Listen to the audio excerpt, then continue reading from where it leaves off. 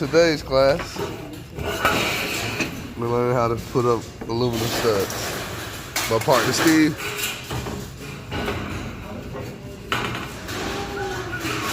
Doing 4 feet by 44 and a half. No, 44 and a quarter. We're gonna lay everything out. Using straight hand snips, as Steve is demonstrating right now.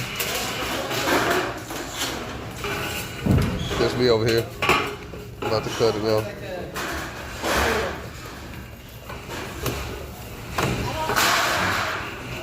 Are you putting me on film? Oh no, I didn't put you all the way through.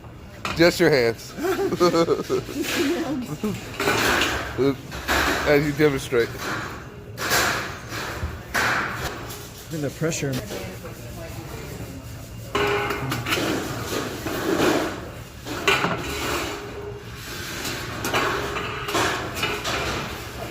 I think you got to be the one cutting. Yeah, I'll cut.